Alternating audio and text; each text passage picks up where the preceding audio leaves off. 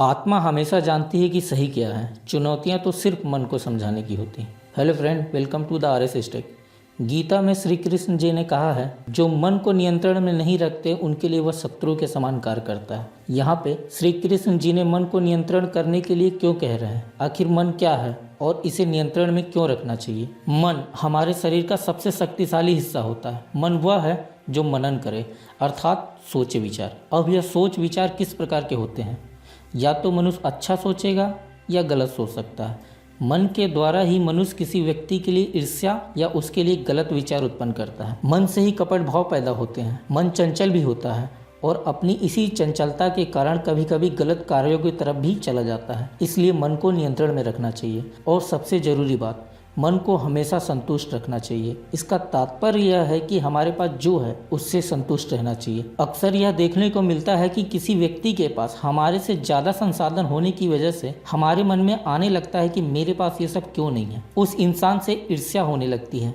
मन के असंतुष्ट होने का सबसे बड़ा कारण लालच भी है। और अधिक पाने की इच्छा मनुष्य को लालची बना देती है। और जब लालच इंसान के अंदर घर कर लेती है तो दुनिया की सारी दौलत भी उसे मिल जाए फिर भी उसका पेट कभी नहीं भरता। लालची इंसान हमेशा और अधिक पाने की चाह रखता है। जरूरतें पूरी की जा सकती हैं पर लालच नहीं। मन को संतुष्ट न रखने और लालची बनने के दुष्परिणाम क्या हो सकते हैं, इसके ऊपर एक कहानी सुनाता हूँ आप लोगों को। एक गाँव में एक लालची किसान रहता था। उसके पास काफ़ी ज़मीनें थी, फिर भी वह असंतुष्ट रहा करता था। ये बात वहाँ के राजा को पता चली। उसने सोचा क्यों न इस इंसान को इसकी इच्छा के अनुसार जितनी जमीन इसे चाहिए उतनी दे दूं ताकि ये अपनी जिंदगी चैन से जी सके। राजा ने किसान को बुलाया और उससे कहा वह एक दिन में जितनी जमीन पे चलेगा वह सारी जमीनें उसकी हो जाएंगी। बस शर्त यह है कि सूरज डूबने तक वह जहाँ से चलना प्रारंभ करेगा वहाँ वापस आ जाए। किसान बहुत खुश हुआ और दूसरे दिन वह चलना स्टार्ट किया। वह बहुत तेजी से चल रहा था क्योंकि वह ज़्यादा से ज़्यादा ज़मीन हासिल करना चाह रहा था। चलते चलते दोपहर हो गई, उसे थकान महसूस होने लगी, फिर भी वह चलता रहा क्योंकि ज़्यादा से ज़्यादा ज़मीन पाने का इतना अच्छा मौका वह अपने हाथ से गंवाना नहीं चाहता। उसे शर्त भी याद आती कि वापस भी वह जहाँ से चलना प्रारंभ किया वहाँ पे पहुँचना है, पर वह सोचता थोड़ा और चल लूँ तो आगे वाली भी ज़मीन उसकी हो जाएगी। ऐसा करते करते वह बहुत आगे निकल गया। शाम होने लगी। अब वह वापस लौटने का फैसला किया और जैसे जैसे समय बीतता